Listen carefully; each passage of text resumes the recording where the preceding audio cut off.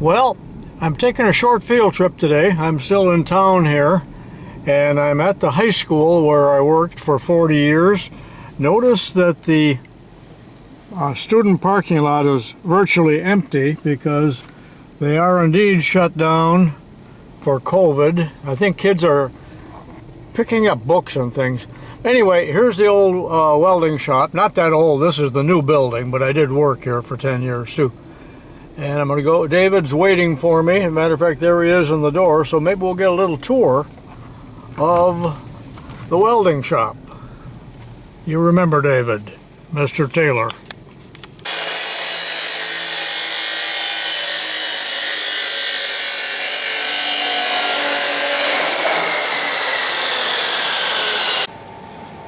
All right, I'm going to give you a little shop tour here of the welding shop. And remember, I worked here for about 10 years part-time. Quite a few changes to the better since then. David is an excellent teacher, and you see here a Logan lathe. This hoist here, I can't believe it, but I built that in 1976, and it has survived. We moved a lot of machinery with that back when I was in my prime. And here is the beam for it, upside down with the trolley. I used to even bring this home to move machinery around my driveway. That's why it can be disassembled. This shear is a new addition. Or it's not a shear, rather, a punch.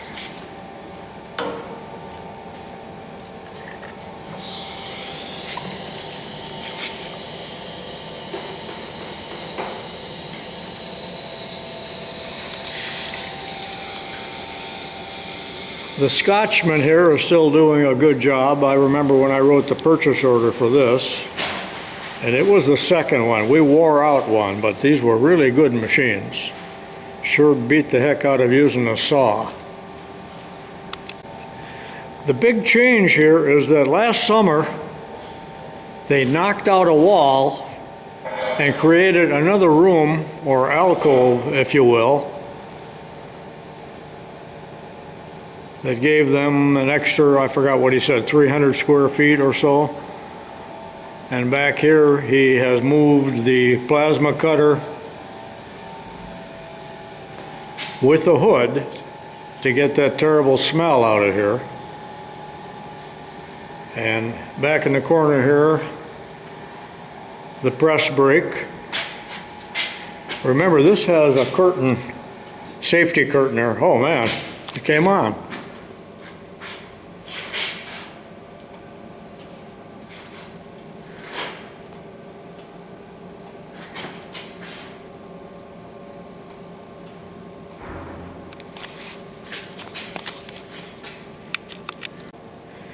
And we got the old wire wheel. Boy, that's been around for many years.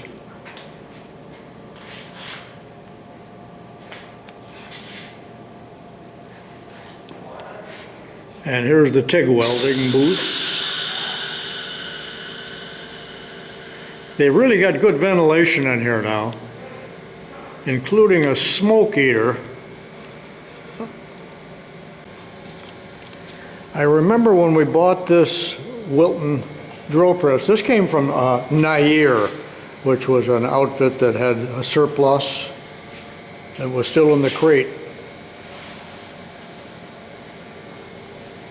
Very heavy duty drill press with the variable speed.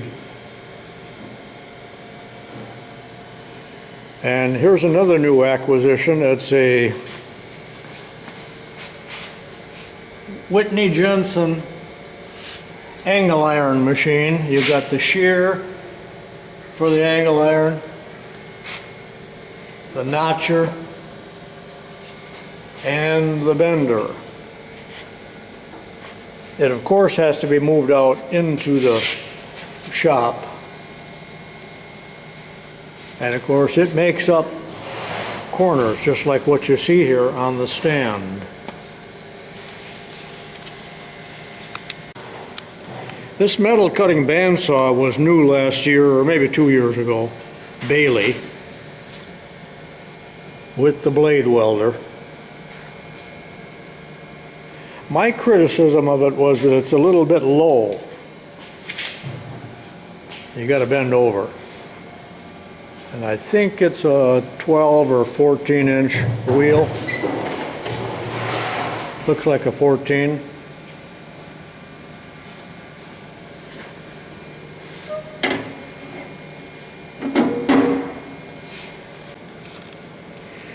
There's never enough room. There's a nice big heavy vise.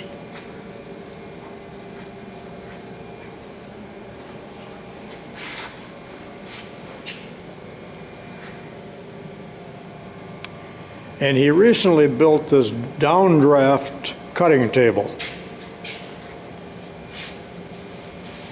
He said it really helps get the smoke out of here. I guess they can do grinding on it too.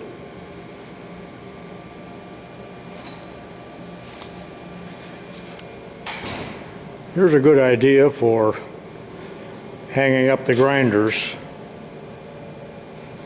and for that matter, the cables.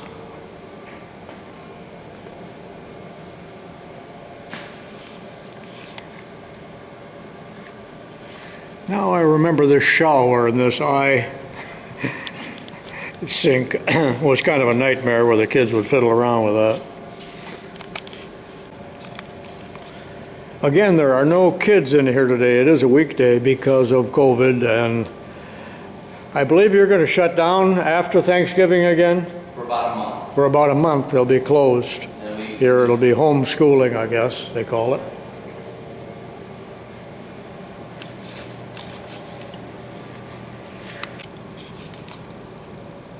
Here's my old office, quite a few changes here.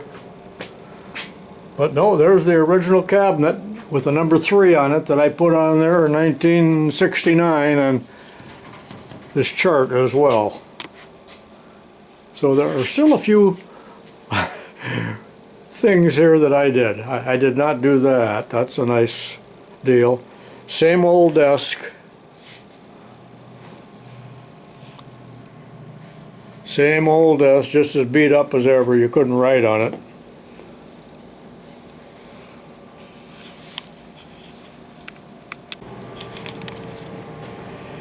And a great improvement here on the welding booths and the equipment. We had a lot of stick welders in here when I left, but it's pretty much, these are all MIGs here, David?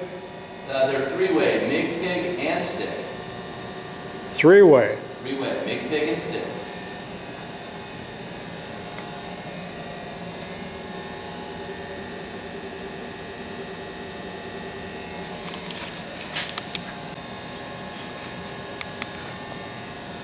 I won't put you in the picture, Dave. Well, it doesn't bother me if you need to, or if you don't, I'm okay. And you got all kinds of electronic helmets now. We did. I wrote Harbor Freight Tools, asked them if they would donate some supplies to us, and they were very generous and kind, and they gave me a $1,000 gift card, and we bought a bunch of auto darkening helmets, which was a huge blessing. And they're holding up even though they're Harbor Freight? Well, you know, yeah. I tell them, I said, we need to take care of them. Yeah. And I said, because if we want nice things, we need to take care of our nice things. Absolutely, because I just struggled with helmets over the years. We have, I mean, I probably swap out 1 or 2 a year, but we get probably 150 kids. The welding shop gets a lot of donations from local industry, and here's a nice batch of tubing from Plymouth Tube, but only recently in the paper they announced they are closing the plant. So this source of tubing and pipe is gone. That company made a lot of tubing for shock absorbers and Harley Davidson and probably you name it. Coming around the corner here now, there are another, oh, I forgot, another dozen welding booths. And they're all similarly equipped, a little bit dark in there for me to take a picture. Perhaps the other way here would be a little better.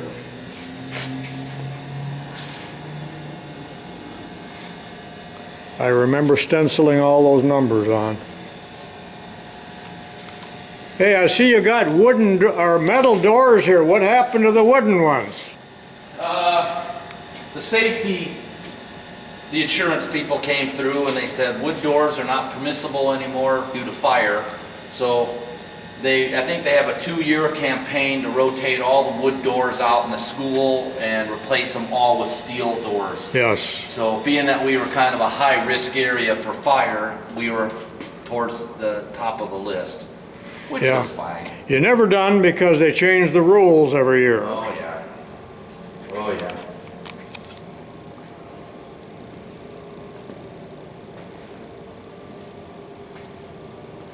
So you can see vocational education is not done here at Streator High School. They got an extremely nice welding program. I'm not going to go through this door, but this is the agriculture shop. I used to have a classroom in there. We'll take a little peek in there, but you can't see a whole lot.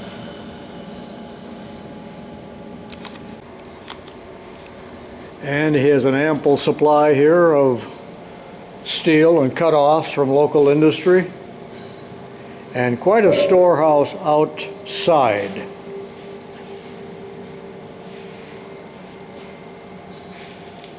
He keeps a neat shop, as you can see. We have a saying in our shop, a clean shop is a happy shop. A clean shop is a happy shop, he just said. Oh, and there's an old clothes tree that I made 50 years ago. So there's a few things that are still evident here from my tenure, but a lot of improvements, a lot of money pumped in. They do get grants, and I think there's more money available than what there were years ago. And Mr. Taylor's getting tanks ready to be picked up by the welding company. He said they're getting killed on tank rental, and he's already over budget, and it's only November. I always loved this big table that you see here. A welding teacher made that in 1967, the first year I was here, and they stole that big plate on the top from, I believe it was from Flink. They just went out and stole it and built that thing, and it's still here. It's really a great layout table. Heavy duty. You can weld onto the top of it if you need to for temporary setup, and then grind it down. Well, that pretty much concludes this shop tour here at the high school. Thank you, Mr. Taylor, for letting me in. Oh, hey, anytime. You're always welcome. He's a good guy, and I picked up a few pieces of steel from him for projects that I got going, and you might see those later in some of my videos. Thank you for watching and taking this little trip down memory lane.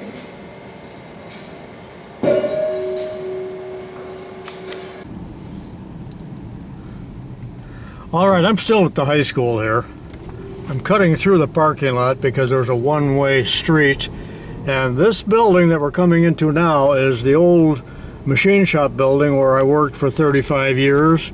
The classroom was upstairs, and that's the yellow part, the metal part. We had 2 classrooms up there, and the 2 garage doors on this end were the auto shop. I think it's just storage now, isn't it? It is. It's storage for, it's maintenance building now. Yeah. And the other door here. You can park in front of the left white garage door. Yeah. So this was the machine shop, and I parked the car right here for 30 years. Oh, they put a new door on. There's no windows in the door. That's a new door too. There was a window. Yep, they swapped all the, let me get the lights.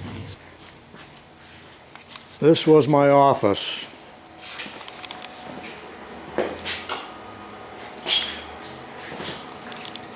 I put that sign on. strictly storage now. I'm going to do a quick walk around first, Dave. By all means. And that's where the foundry and the welding area was, underneath that hood. Now they got paper stored here and old furniture. And this room is 50 by 50. It was built in 1976. The lathes sat right in here, and I'm going to tell you about a little accident. A kid had a big slug of aluminum in the chuck, and it flew out clear across the shop, which would have been 25 or 30 feet, and hit the wall, the metal wall here. And I was just now looking for the dent in the wall, but it's apparently covered by furniture, so I'm not going to dig through that. But boy, talk about a loud noise. Okay, on this end of the shop is Mr. Taylor, and I'm still with Mr. Taylor. That's his blast furnace, which is featured in some of my videos. And here is the saw. This is the last thing that I bought before I retired for the third time, and I wasn't at all happy with it. I see he's got it in storage, but it was about a $4,000 saw, but made in China, plastic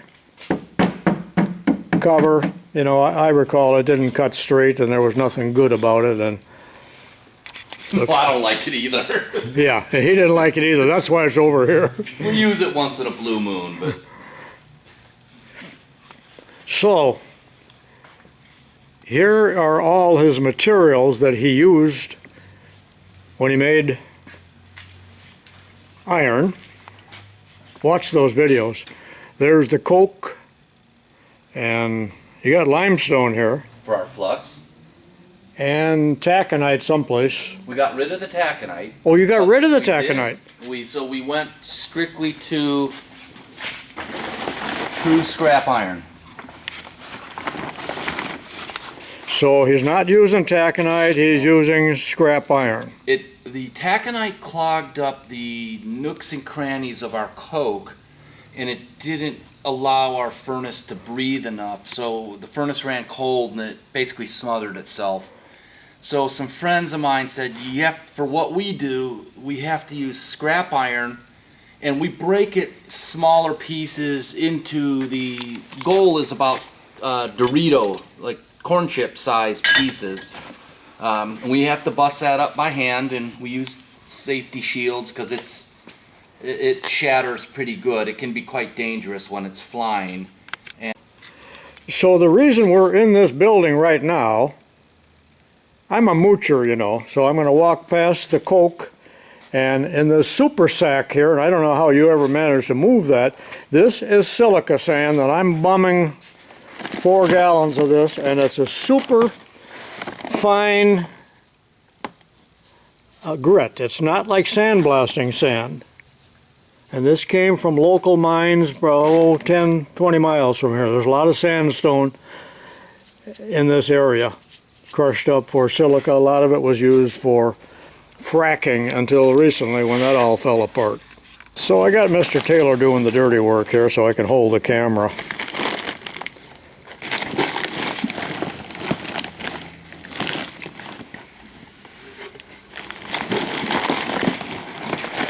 Thank you for all the goodies. Oh, you betcha. Now the school didn't have to pay this, so we're not. All the coke and the sand was donated. Yep. So you're donating a little for the good of the cause. Oh, you betcha. I'm paying it forward. Silica sand is available in many different grits, very fine and very coarse, and what you're seeing right here is sandblasting sand. Look at how coarse it is. I think that's also what they use in swimming pool filters, but this is the sand that you just saw me pick up at the high school, and I want to use it to make cores, so it'll give a much finer finish, and I think it'll bond much better with the sodium silicate. But can you see the difference? I'll try to get a close-up of that. And it's very, very abundant in this area, but yet, where are you going to get it? And there's another close-up. Notice that the sand on the left almost looks like pebbles or gravel compared to the other sample here. And I have to tell you that you can buy this in a grit that is so fine they call it flour. Now, as long as I'm talking about memory lane, you'll see in the insulation up here some dents and some holes. I'll tell you what those are. I built a carbide cannon, and the cannon would shoot tennis balls. And I would hold the cannon in a vise 50 feet away and blast off, and I would shoot into the insulation. So I suppose I was a vandal, but all this other damage was not done by me, or my classes even. Well, I got Mr. Taylor doing the dirty work. I can't even carry that much weight anymore. So hope you enjoyed the video, and I'll see you next time. I know this is a bit off topic, but we're paying $1.99, and you can get a 3 or 4 cent discount off of that. And this is November 2020. What are you paying for gasoline where you live? And adjusted for inflation, from 1968